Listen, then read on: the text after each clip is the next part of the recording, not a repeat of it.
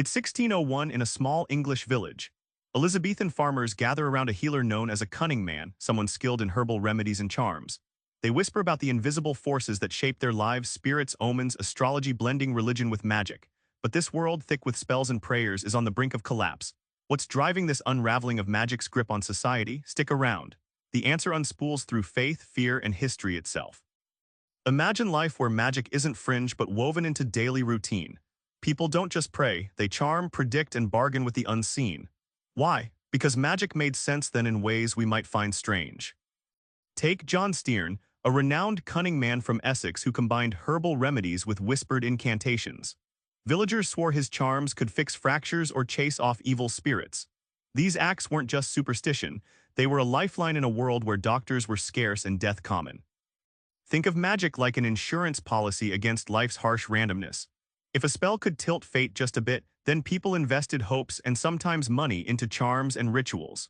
This bet with the universe was about control and community trust, a social glue amid uncertainty. Magic and religion didn't just coexist, they overlapped, tangled like vines. Official church doctrine condemned some magical practices but embraced others. Holy relics and prayers were magical in practice. The boundary was blurry, making faith and magic two sides of the same coin. Witchcraft wasn't just fantasy, it was a crime, a social fever. But why did ordinary people become accused witches? The story twists through fear, power, and survival in volatile times. In 1645, Suffolk, a poor widow named Elizabeth Clark was accused of witchcraft after neighbors blamed her for illness and bad harvests. Her trial revealed how personal grudges mixed with genuine fears. Tortured into confession, Elizabeth became a symbol of how panic could consume a community.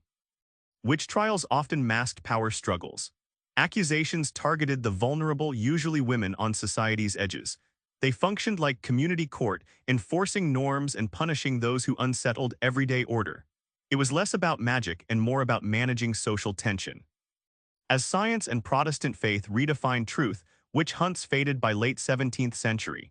Magic's emotional grip loosened when new ways of knowing emerged, leaving belief in witches to seem relics of a darker age. A surprising pivot from mass fear to skepticism. Beyond spells and witches, astrology shaped entire worldviews.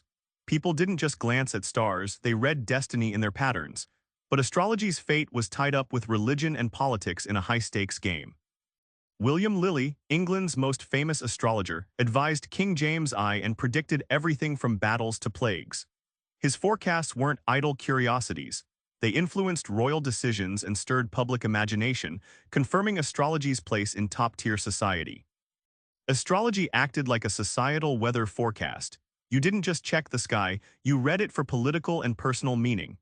It shaped expectations for everything from harvests to wars, making cosmic movements mirrors of earthly events.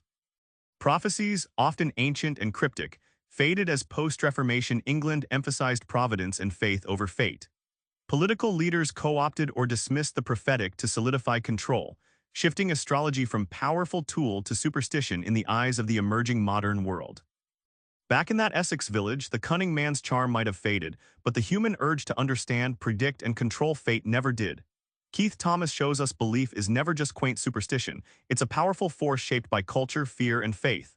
Next time you seek certainty in chaos, remember those old charms. Sometimes belief is the magic we really need.